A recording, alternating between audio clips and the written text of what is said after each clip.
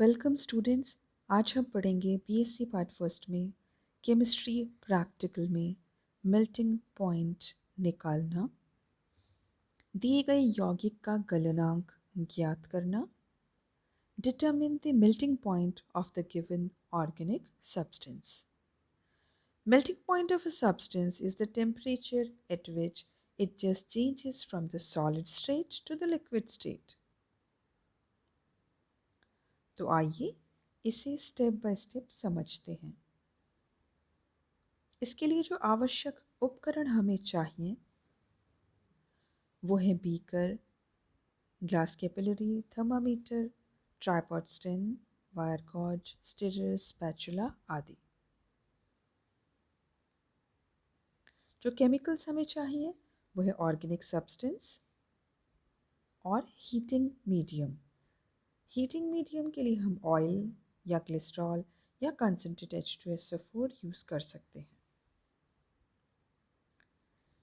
इस चित्र में कैपिलरी ट्यूब में किस तरह से ऑर्गेनिक सब्सटेंस भरनी है यह दिखाया गया है। दिए गए ठोस पदार्थ का गलनांक ज्ञात करने के लिए सबसे पहले हम एक केश नली लेते हैं। इसका एक सिरा गर्म करके बंद कर देते हैं। केश नली के खुले सिरे से अच्छी प्रकार से पाउडर किया हुआ शुष्क यौगिक भर लेते हैं।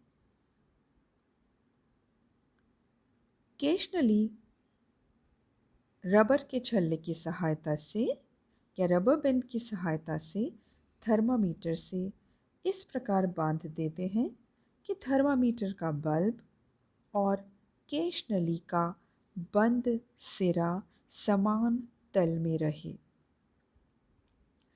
चित्र की सहायता से आप समझ सकते हैं कि किस तरह से हमें एपरेटस सेट करना है।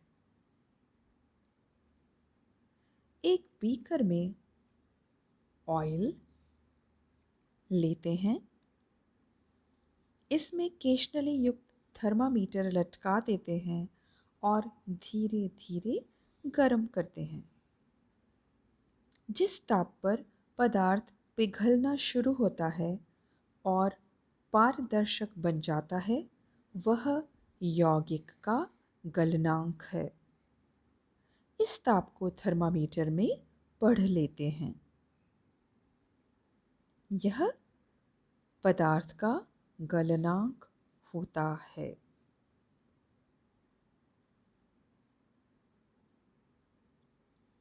Arrange the apparatus as shown in figure. Fill the beaker almost half with oil. Suspend the thermometer with the help of a thread from the clamp in such a way that the bulb of the thermometer dips about 2.5 cm in the heating medium oil. Take the capillary tube filled with the substance and tie it with a piece of thread alongside the bulb of the thermometer as shown in the figure. Lower down the thermometer with the capillary into the beaker carefully. Heat the beaker slowly and note the rise in temperature from time to time. Stir the liquid occasionally.